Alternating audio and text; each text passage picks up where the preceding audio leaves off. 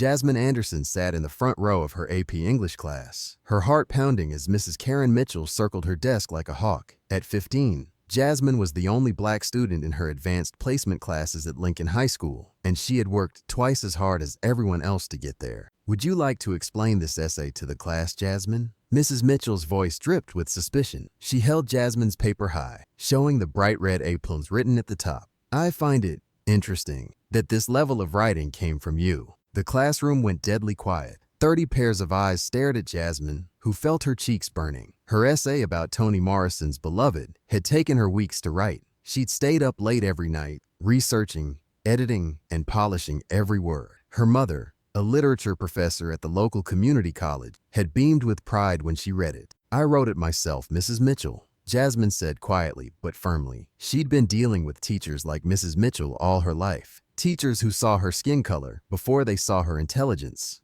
Every word. Mrs. Mitchell's thin lips curved into a cold smile. "Really? Because this essay shows a deep understanding of Morrison's work that seems beyond your capabilities." She emphasized the last words, making some students snicker. "Perhaps someone helped you, or maybe you found this online." Jasmine's hands trembled, but she kept them folded neatly on her desk. Her father, a civil rights lawyer, had always taught her to stay composed in the face of ignorance. "I can explain every reference, every analysis in that essay," she said. "I did all the research myself." "Well then," Mrs. Mitchell said, dropping the essay on Jasmine's desk, "why don't you come to the front of the class and explain this complex analysis, since you're so confident about having written it yourself?" As Jasmine stood up, she noticed someone in the back of the room had taken out their phone and was recording. Sarah Chen, one of the few students who had always been kind to her, looked worried. But it was the new student teacher, Mr. David Turner, standing in the corner, whose expression caught Jasmine's attention. He was watching everything with growing concern. What happened next would not only change Jasmine's life, but would shake the entire school system to its core. Because what Mrs. Mitchell didn't know was that this wasn't just any student she had chosen to humiliate. Jasmine Anderson was about to teach everyone a lesson they would never forget. Jasmine walked to the front of the classroom, her legs shaking but her head held high. She could hear the whispers, see the smirks on some faces, but she also noticed something else. Sarah Chen was now recording too, and the student teacher, Mr. Turner, had moved closer to Mrs. Mitchell's desk. "Start with the symbolism in Chapter 3, Mrs. Mitchell said, her voice dripping with mock sweetness. "Since you wrote this brilliant analysis, you should have no trouble explaining it without your paper." Jasmine took a deep breath and began speaking. Her voice, though quiet at first, grew stronger with each word. "Morrison uses water as a symbol throughout the novel to represent both memory and healing. In Chapter 3, when Sethi remembers her path to freedom, the river crossing symbolizes the boundary between slavery and liberation." Mrs. Mitchell's smirk began to fade as Jasmine continued, quoting passages from memory, explaining complex themes with clear understanding. Some students who had been snickering sat up straighter, paying real attention now. "And if you check page 235, Jasmine continued, her confidence growing, "Morrison writes," she recited a long passage word for word. "Stop," Mrs. Mitchell suddenly interrupted. Her face had turned red. "Anyone can memorize quotes. That doesn't prove you wrote this essay." That's when Mr. Turner stepped forward. "Mrs. Mitchell, I don't think." But Mrs. Mitchell cut him off. "Mr. Turner, you're here to observe, not interfere." She turned back to Jasmine with a cruel smile. "Since you claim to understand this book so well, why don't you tell us about your personal connection to these themes of slavery and oppression? That is why you chose this book, isn't it? To play the victim?" A collective gasp went through the room. Even students who usually laughed at Mrs. Mitchell's comments looked uncomfortable now. Sarah Chen's hand was shaking as she kept recording, but she didn't stop. Jasmine felt tears threatening to fall, but she remembered her mother's words. "Your intelligence is your power. Never let anyone dim your light." She looked straight at Mrs. Mitchell and said something that would later be shared millions of times. "I chose this book because Toni Morrison shows how stories can change hearts and open minds. I chose it because she writes about surviving hatred without becoming hateful. And yes, Mrs. Mitchell, I understand oppression, not just from history books, but from people who look at me and see only my skin color, not my brain, not my heart, not my work." The room was completely silent now. Mr. Turner had pulled out his own phone and was recording too. In the back of the room, Tommy Martinez, one of the popular kids, slowly put down his phone and raised his hand. "Mrs. Mitchell," he said, his voice shaking slightly, "I think I think we all need to hear what Jasmine has to say. But Mrs. Mitchell wasn't finished. She walked to her desk and pulled out a stack of papers. Well, if you're so brilliant, explain why your previous essays didn't show this level of... She stopped suddenly, her face going pale as she looked at the papers. Because there, on top of the stack, was something that would change everything. Something that would make this incident much bigger than just one teacher and one student. And Jasmine, standing tall despite her tears, had no idea that her next words would start a movement that would reach far beyond the walls of Lincoln High. The papers Mrs. Mitchell had pulled out were Jasmine's previous essays, all of them marked with A's and covered in glowing comments in Mrs. Mitchell's own handwriting. But these essays had been submitted without student names, part of the school's new blind grading policy for the first month of classes. Mrs. Mitchell hadn't known they were Jasmine's work when she graded them. Sarah Chen suddenly stood up. "I have those essays too," she said, her voice growing stronger. "You read one to the class last week, Mrs. Mitchell. You said it was the best analysis you'd seen in 20 years of teaching. That was Jasmine's essay." Mrs. Mitchell's face went from pale to bright red. "Sit down, Sarah. This doesn't concern you." "Actually," Mr. Turner spoke up, holding his phone steady, "this concerns everyone." He walked to the front of the class and stood beside Jasmine. "As a teacher in training, I'm required to report any signs of discrimination. And what's happening right now isn't just discrimination, it's bullying." Students started pulling out their phones, checking previous class recordings where Mrs. Mitchell had praised the anonymous essays. Tommy Martinez found one and played it out loud. Mrs. Mitchell's voice filled the room, enthusiastically reading Jasmine's work, calling it exceptional and university level. Jasmine felt tears rolling down her cheeks, but now they were different tears. Around the room,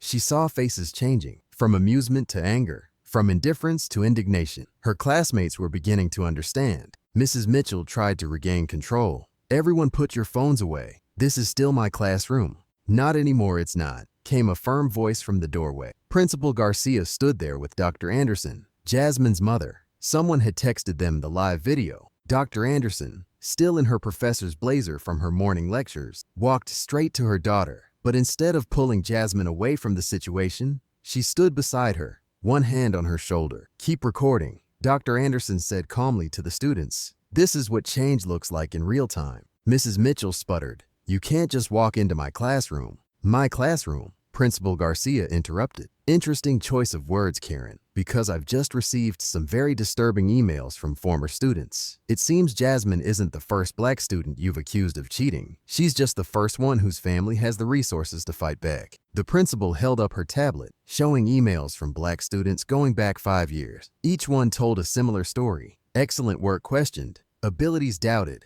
dreams discouraged. But that wasn't even the biggest revelation. Sarah Chen raised her hand, her voice trembling but determined. "There's something else you need to see." She walked to the front of the class and pulled up a private Instagram group on her phone. What she showed Principal Garcia made the administrator's face darken with anger. Mrs. Mitchell must have realized what Sarah was showing them, because she grabbed her purse and headed for the door. But Mr. Turner stepped in her way. "I think," he said quietly, "you'll want to stay for this. Because what happens next isn't just about you or Jasmine. It's about every student who ever sat in this classroom feeling less than human." The bell rang, but nobody moved. They all knew they were witnessing something historic. What Sarah Chen had discovered would blow the lid off not just one teacher's racism, but an entire hidden system at Lincoln High. And Jasmine, standing between her mother and her classmates, was about to become the voice that would make sure nobody could look away. Sarah's hands shook as she showed everyone the private Instagram group. It was called Mitchell's Watch List,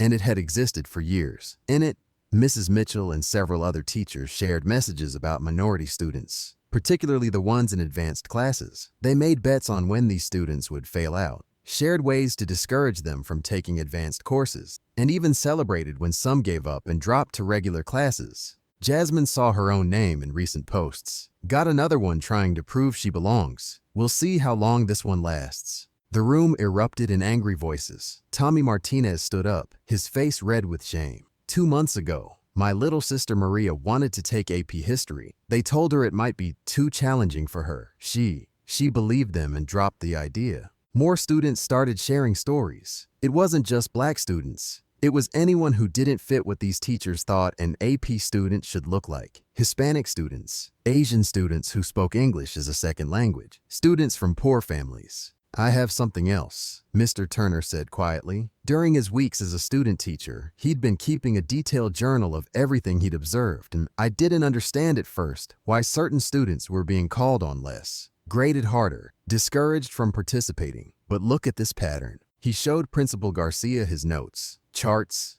dates, screenshots, a clear pattern of systematic discrimination. Mrs. Mitchell wasn't working alone. There was a group of teachers who had been doing this for years. Dr. Anderson, still standing beside Jasmine, pulled out her phone. I'm calling every member of the school board right now. This ends today. But Jasmine surprised everyone by gently taking her mother's phone. Wait, she said. Her voice was quiet but strong. I want to say something first. The room fell silent as Jasmine walked to Mrs. Mitchell, who was now sitting at her desk, looking pale and trapped. All my life, Jasmine began, I've worked twice as hard because of people like you. Every time I succeeded, someone questioned whether I really earned it. Every achievement came with whispers and doubts. She paused, looking around the room. But look what happened today. When the truth came out, these students, my classmates, stood up. They shared their stories. They chose what's right over what's comfortable. Sarah Chen wiped tears from her eyes. Tommy Martinez nodded firmly. Around the room, students were standing up showing support. So yes, Mom, Jasmine continued, call the school board. But first, let's do something else. She turned to her classmates. Everyone who has ever felt pushed down, discouraged, or disrespected in this school, I want you to share your story right now. While everyone's watching, Principal Garcia nodded slowly. I'll send an email. Every student in this school can come to the auditorium right now. Mrs. Mitchell finally spoke, her voice desperate. You can't prove anything. It's just a social media group. It's just what? Sarah Chen interrupted, holding up her phone. Just years of documented discrimination. Just proof that you and other teachers deliberately held students back because of their race? The whole thing is already trending. As Lincoln High truth is spreading across the city. Students were already filing out of the classroom, texting friends, spreading the word. What had started as one teacher trying to humiliate one student was about to become something much bigger, because in the next hour, in Lincoln High's auditorium, hundreds of students would stand up and tell their stories, and every single word would be recorded, documented, and shared. The revolution that started in first period English class was just beginning, and Jasmine, who had walked into school that morning, just wanting to share her love of literature, was about to become the voice of change that would echo far beyond Lincoln High's walls. By noon, Lincoln High's auditorium was packed. Students sat in every seat, lined the walls, and crowded the aisle. Principal Garcia had sent an emergency message to all parents, and many had left work to come. Local news vans were already parked outside, alerted by the explosion of social media posts. Jasmine stood on the stage, still in the same clothes she'd worn to English class, but somehow looking taller, stronger. Her mother sat in the front row next to Mr. Turner, who hadn't stopped recording. In the back, several members of the school board had arrived, their faces grim as they watched students line up at the microphone. Maria Martinez, Tommy's little sister, was the first to speak. Her voice shook at first, but grew stronger with each word. They told me AP history would be too hard for me, because English isn't my first language. But I watch my brother get A's in AP classes, and I read the same books he does. I understand everything. They just didn't want to give me a chance. Next came David Park, a sophomore. Last year, Mrs. Mitchell told me my English was surprisingly good for an Asian student. She said maybe I should focus on math and science instead. I love writing poetry. But after that, I almost gave it up. Story after story poured out. A Native American student who was told she didn't have the right background for AP literature. A Black student who got perfect scores on practice tests but was placed in regular classes. Hispanic students who were automatically put in ESL classes despite being fluent in English. Then something unexpected happened. Amanda Wilson, a white student from Jasmine's AP English class, asked to speak. I need to confess something, she said, crying. Last year, I saw Mrs. Mitchell change a Black student's test score. I was helping grade papers after school. I didn't say anything because I was scared. I'm so sorry, but I have proof. The room erupted in murmurs. Amanda pulled out her phone, showing screenshots of test scores she'd photographed. The school board members huddled together, taking notes furiously. Sarah Chen stood up next. The Instagram group wasn't just about discouraging students, she revealed. They also helped certain students cheat, mostly rich white students whose parents donated to the school. I have all the messages saved. Suddenly, a tall figure walked onto the stage. It was Mrs. Mitchell. The room went deadly quiet. She looked around at the hundreds of faces staring at her, at the phones recording every moment, at the evidence of her years of discrimination being exposed. But before she could speak, another teacher stood up. Miss Adams from the science department. I need to speak too, she said. I've watched this happening for years. I was too afraid to stop it. But these students are braver than I ever was. And now I have to tell everything I know. Jasmine watched as more teachers stood up. Young ones, veteran ones, teachers of all backgrounds. Some had evidence to share. Others wanted to apologize for staying silent. The wall of fear and silence was crumbling. Principal Garcia walked to the microphone. As of this moment, all teachers named in the Instagram group are suspended pending investigation. But that's just the start. We need to rebuild this school from the ground up. And she looked at Jasmine. I think our students should lead the way. Dr. Anderson stood up. I've already contacted the Department of Education and the ACLU. They're sending representatives. But more importantly, she smiled at her daughter. I think these students have just taught us the most important lesson of all. That one voice speaking the truth can give others the courage to speak too. The assembly lasted for hours. Every story was recorded. Every piece of evidence documented. Lincoln High truth was trending nationwide. News cameras caught it all. But what they captured wasn't just a scandal. It was the beginning of a revolution in education, started by a girl who refused to let her voice be silenced. And Jasmine, standing on that stage, realized that what had started as one teacher's attempt to humiliate her had become something much more powerful, a movement that would change not just Lincoln High, but schools across the country. The next morning, Lincoln High was different. News vans still crowded the parking lot, but that wasn't the biggest change. Students walked the halls with their heads held higher, talking openly about their experiences. The silence had been broken, and there was no going back.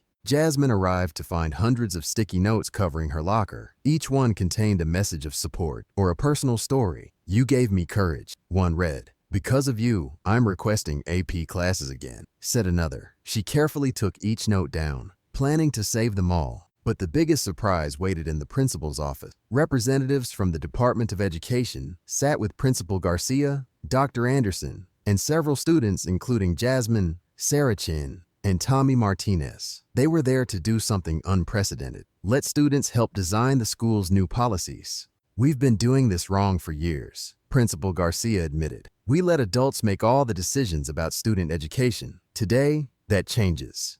The meeting was being streamed live on the school's website. Across the building, classes stopped to watch as Jasmine stood up to speak. First, she said, looking at her notes, we need blind grading in all classes, all year long. No more bias in scoring. The officials nodded, taking notes. Sarah Chen spoke next. Second, we need a student review board for class placements. No more discouraging students from taking advanced classes. Tommy added, and we need teachers who look like us. My sister Maria should see Hispanic teachers in AP classes. All students should see themselves represented in every level of education. As they spoke, messages poured in from other schools across the city, then the state. Students everywhere were starting to share their own stories of discrimination. Education equality was trending alongside Zerder's Lincoln High truth. Mrs. Mitchell and 5 other teachers had already resigned, but something unexpected happened that morning. One of the teachers from the Instagram group, Mr. Roberts, asked to address the meeting. I was wrong, he said, his voice shaking.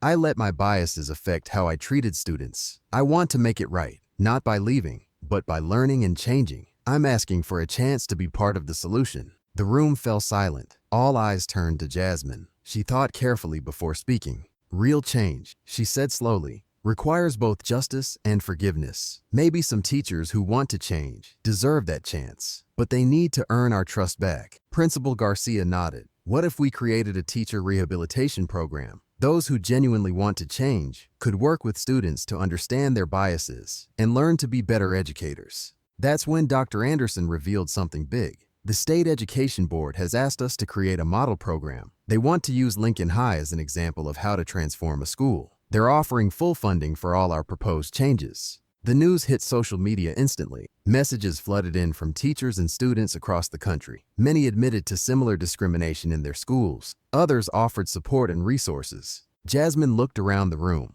at Sarah recording everything, at Tommy texting his sister the good news, at Mr. Turner smiling proudly from the corner. Just yesterday, She'd been a student afraid to raise her hand in class. Now she was helping reshape education. "There's one more thing," she said, pulling out the essay that had started it all. "Every student deserves to have their voice heard. So I want to start a writing program where students share their stories, not just about discrimination, but about everything they've been afraid to say." Principal Garcia smiled. "I think we should call it Voices Unsilenced. And Jasmine, I think you should lead it." As the meeting continued, more students joined in, adding their ideas and experiences. What had started as one teacher's attempt to humiliate a student was becoming a movement for real change. And it was just the beginning. 1 month later, Lincoln High had become unrecognizable. The main hallway now featured a massive bulletin board called Our Stories Matter, covered with student essays and experiences. Every morning, a different student's story was read over the intercom. Today was Maria Martinez's turn. "Last month, I was afraid to ask for AP classes." Maria's voice rang through the school. "Today, I'm getting an A in AP history. And my teacher, Ms. Rodriguez, says I have a gift for analyzing historical events. This is what happens when someone believes in you." Jasmine sat in her new AP English class, now taught by Mr. Turner,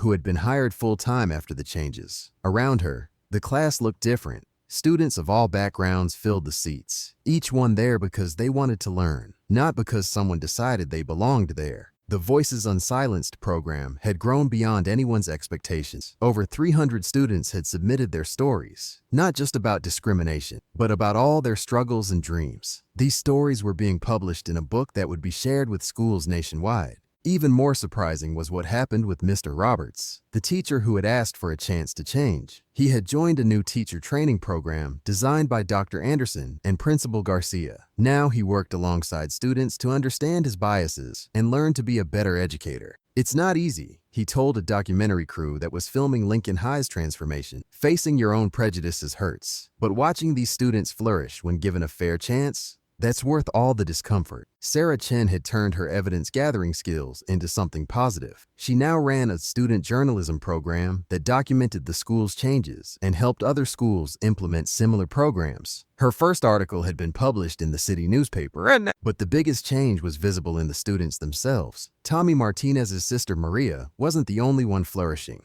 David Park had started a poetry club that was already winning state competitions. The Native American student who'd been discouraged from AP literature was now tutoring other students. During lunch, Jasmine sat with a group of freshmen who had just arrived at Lincoln High. "Before all this happened," one girl said, "my older sister told me to keep my head down, not draw attention. But now I feel like I can be myself." Principal Garcia had posted the school's new statistics in the front lobby. AP class enrollment had doubled. Student participation in class discussions was up 80%. Test scores were rising across all groups. But more importantly, student happiness surveys showed a complete transformation in how they felt about school. That afternoon, Jasmine led the weekly meeting of the Student Advisory Board, another new addition to Lincoln High. They were discussing plans for a citywide student conference about educational equity. Schools from across the state wanted to learn from Lincoln High's example. "You know what's amazing?" Sarah said during the meeting. "A month ago, Mrs. Mitchell thought she was going to humiliate you. Instead,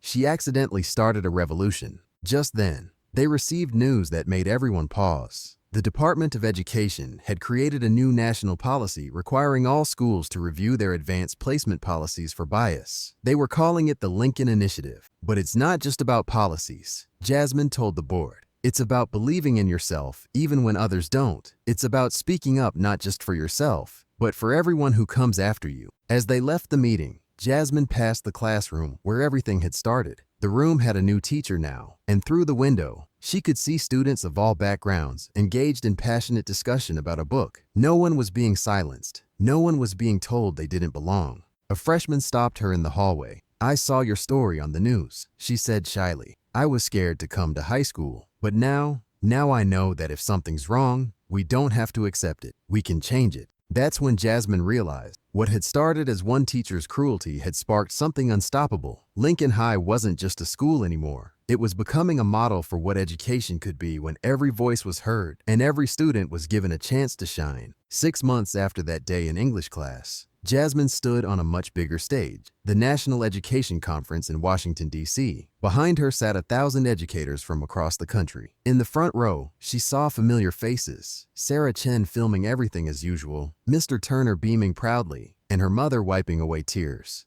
My story began with a teacher who thought she could shame me into silence. Jasmine began. Today, I'm here to tell you about what happened instead. She clicked to her first slide, showing Lincoln High's transformation in numbers and pictures. But it wasn't just statistics that made the audience lean forward. It was the stories. Jasmine had brought videos from students across the country who had been inspired by Lincoln High to speak up. A girl from Miami. When I saw Jasmine's story, I finally told my parents about the teacher who said my English would never be good enough for college. Now I'm in AP English, and that teacher is gone. A boy from Chicago. Lincoln High showed us we weren't alone. Our school just started their own Voices Unsilenced program. Everything is different now. Even Mr. Roberts was there to share his story. I was part of the problem. He admitted to the silent audience. Now I train teachers to recognize and overcome their biases. Last month, I helped 5 schools set up student advisory boards. The Lincoln Initiative had spread to over 500 schools nationwide, but something even more surprising had happened. Students weren't just fighting discrimination, they were changing how schools worked. Sarah Chen stood up to share the latest statistics. Schools with student advisory boards show a 60% increase in minority enrollment in advanced classes. Student satisfaction is up by 70%. Teacher training programs designed with student input show better results than traditional methods. Then came the biggest announcement. The Secretary of Education stepped onto the stage. Today, she announced, we're launching a national program based on the Lincoln High model. Every school in America will be required to have student voice in decision-making. Every district must review their advanced placement policies, and every teacher will undergo bias training designed with student input. Jasmine watched as principals and teachers lined up to ask questions, eager to bring these changes to their schools. But her favorite moment came during the break, when a young black girl approached her. I'm in 7th grade, the girl said quietly. Next year, I'll start high school. My mom worried I'd face the same discrimination she did. But now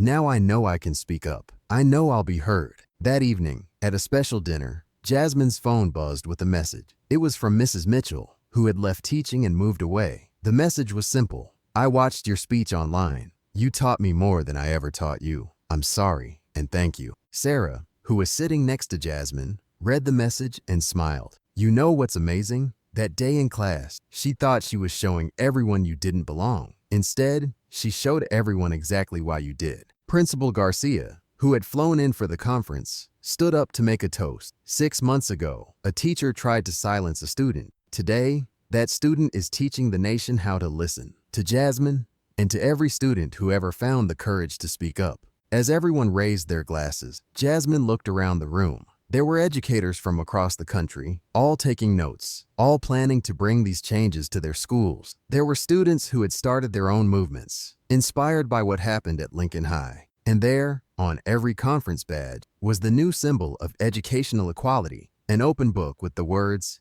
"Every voice matters," designed by the same students who had once been told to stay quiet. The revolution that started in first period English had become a national movement, and it all began because one student refused to be silent. 1 year after that fateful day in English class, Lincoln High held a special ceremony. The school library was being renamed the Voice Center, and its walls now displayed hundreds of student stories and achievements. But the most powerful display was right at the entrance. Jasmine's original essay about Beloved, framed alongside the viral videos that had started it all. Maya Johnson, a new freshman, stood reading the plaque beneath the display. She was the same age Jasmine had been when everything changed. Like many students, she had chosen to come to Lincoln High specifically because of its new reputation. Hard to believe this all happened right here, a voice said behind her. Maya turned to find Jasmine herself, who had come back for the ceremony. Now a freshman in college, Jasmine had just won a national scholarship for her work in educational reform. Because of you, Maya said.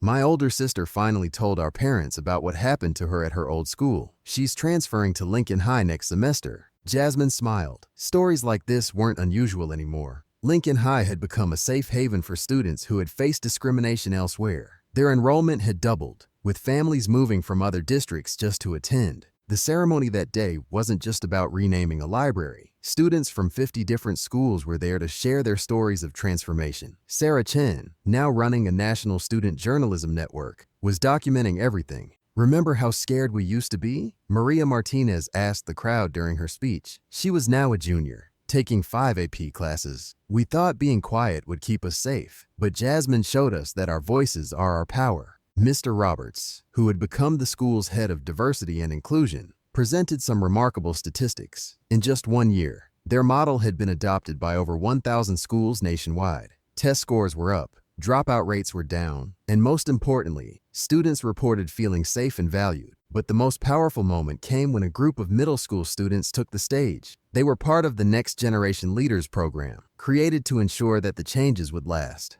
"We used to hear stories about which teachers to avoid," one young girl said. "Now we hear stories about which teachers changed lives. We don't have to be afraid anymore." The ceremony paused for a video conference call. Students from across the country shared how the Lincoln Initiative had changed their schools. A boy from Texas spoke about starting his school's first student advisory board. A girl from Minnesota talked about helping train teachers in bias recognition. Then came a surprise announcement. The governor appeared on screen to declare that all schools in the state would be required to implement the full Lincoln High model. Other states were following suit. But the real change, Jasmine told the crowd, isn't in the laws or policies. It's in the students who now know their worth. It's in the teachers who learned to see past their biases. It's in every person who chose to speak up instead of staying silent. At the end of the ceremony, Maya Johnson joined hundreds of other students in adding their own stories to the library walls. Her sister's story would soon join them. The wall had become known as the Living History Display, a constant reminder that every voice matters.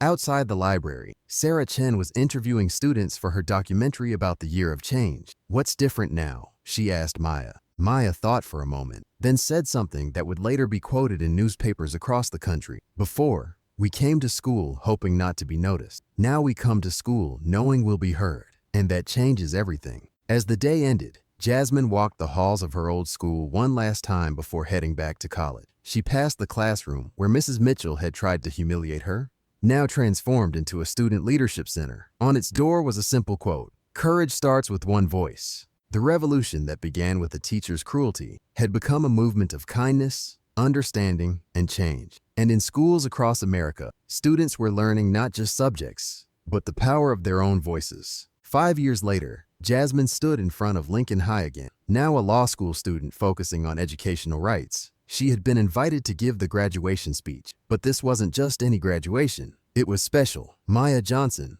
the freshman she'd met at the library ceremony, was now the valedictorian. The school looked different. The walls were covered with student artwork and stories. The trophy case didn't just display sports achievements anymore. It showed debate team victories, writing awards, and recognition for social justice initiatives. A new banner hung above the entrance. "Every voice shapes our future." Before the ceremony, Jasmine walked to her old English classroom. It had become a student leadership center, but something caught her eye. In a small frame by the door was a letter. It was from Mrs. Mitchell, sent just last month. "Dear Lincoln High students, 5 years ago, my actions sparked a change I never intended. My prejudice and cruelty could have destroyed a young woman's spirit. Instead, Jasmine Anderson showed me what real strength looks like. Today, I work with organizations helping teachers recognize and overcome their biases. Every time I speak to educators, I tell them about the day I learned my greatest lesson from a student I tried to silence." Karen Mitchell. The graduation ceremony was being broadcast nationwide. Hundreds of schools that had adopted the Lincoln model were watching. Maya Johnson's valedictorian speech brought tears to every eye. 5 years ago, Maya said, "I came to Lincoln High because of a story about a girl who refused to be silenced. Today, I stand here because that story taught us all how to use our voices." But the real story isn't about one person. It's about every student who ever felt different, every teacher who learned to see with new eyes, and every person who chose to stand up instead of stand by. The statistics were impressive. Since implementing the Lincoln model, over 5,000 schools nationwide had adopted the program. Advanced class enrollment for minority students had tripled. Teacher bias complaints had dropped by 85%. Student satisfaction rates were at historic highs. The achievement gap between different racial groups had narrowed significantly. But the real success wasn't in the numbers, it was in the stories. Sarah Chen, now a prominent education journalist, had documented hundreds of transformations. Mr. Roberts had trained over 2,000 teachers in bias recognition. Maria Martinez was heading to Harvard on a full scholarship. The Voices Unsilenced program had published 10 books of student stories. As Jasmine took the podium for her speech, she saw familiar faces in the crowd. Mr. Turner, now the principal, Sarah Chen with her ever-present camera, her mother, Dr. Anderson, who had helped design teacher training programs nationwide, Even some students from that original English class come back to witness this moment. 5 years ago, Jasmine began. A teacher tried to humiliate me for writing about finding my voice. Today, I stand before a generation of students who never have to fear being silenced. But this isn't the end of our story. It's just the beginning. She gestured to the graduating class. Look around. Every student here knows their worth. Every teacher here has learned to see potential, not prejudice. And every person here understands that education isn't just about what we learn, it's about who we become. After the ceremony, a young black girl approached Jasmine. I'm starting high school next year, she said. My mom says things used to be different, that kids like me weren't always welcome in advanced classes. Jasmine smiled. Want to know a secret? Sometimes the worst moments can lead to the best changes. All it takes is one voice brave enough to speak up, and others will find their courage too. As the sun set over Lincoln High, Jasmine watched the graduates celebrating. What started as a moment of cruelty had become a movement of change. The teacher who tried to silence one student had accidentally given voice to thousands. And somewhere in America, in a classroom much like the one where it all began, another student was finding the courage to speak up, knowing that their voice mattered. Because 5 years ago, a girl named Jasmine refused to be silenced. The story that began with white teacher humiliates black girl had become something else entirely, a testament to the power of speaking up, standing strong, and believing that every voice deserves to be heard.